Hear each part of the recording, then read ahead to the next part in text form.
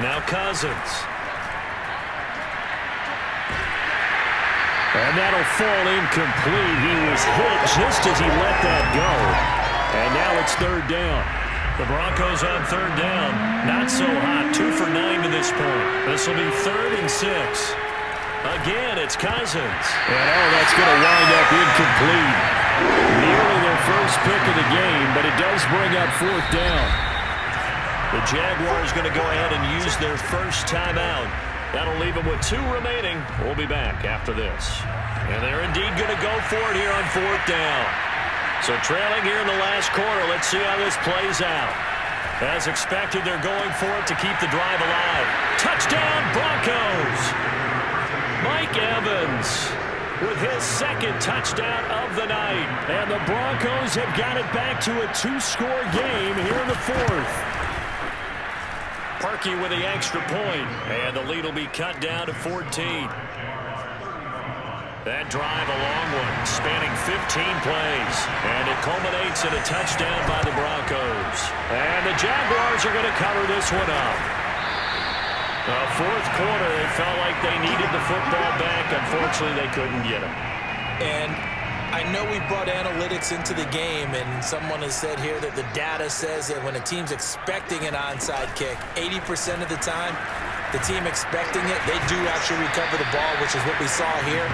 I just wonder if that number is much more of a anecdotal type of a number. Kind of like when the coaches tell us, well, when you score on special teams, 93% of the time you win the game. I'm still waiting to see that number is empirical. Now, meanwhile, here's a 2nd down throw that's knocked away and incomplete. Charles, you said earlier this defense is probably going to need to hold these guys right around 20 or under that if they were going to have a chance. It was evident pretty early on that wasn't going to happen. Yeah, they left 20 behind a long time ago in this game, didn't they? It looks like they're headed towards a big, big number. But 20 was the threshold because that kept them in the ball game and kept the pressure off of their own offense. He's going to launch it for Washington. And it's incomplete. Took a shot, couldn't connect. Despite the lead here in the 4th, they're still taking shots. Not content to sit on this lead at all. And to me, it raises the question of what's right in this game nowadays. Do you sit on the ball and run it because you have enough of a lead?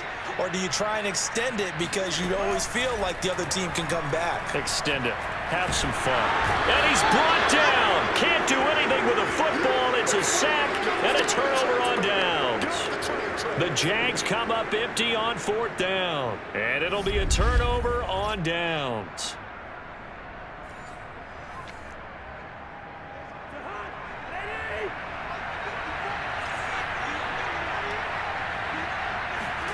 First down. Here's Cousins. And his throw here's incomplete. I think he's got to be careful not to force anything into coverage right there. There weren't really any throwing lanes. But the best part for him, he's got 2nd and 3rd down to fall back on. A 2nd down throw for Cousins. And this is intercepted. And that should do it. Picked up by Jesse Bates. And the Jags are going to get it back here just past the 35.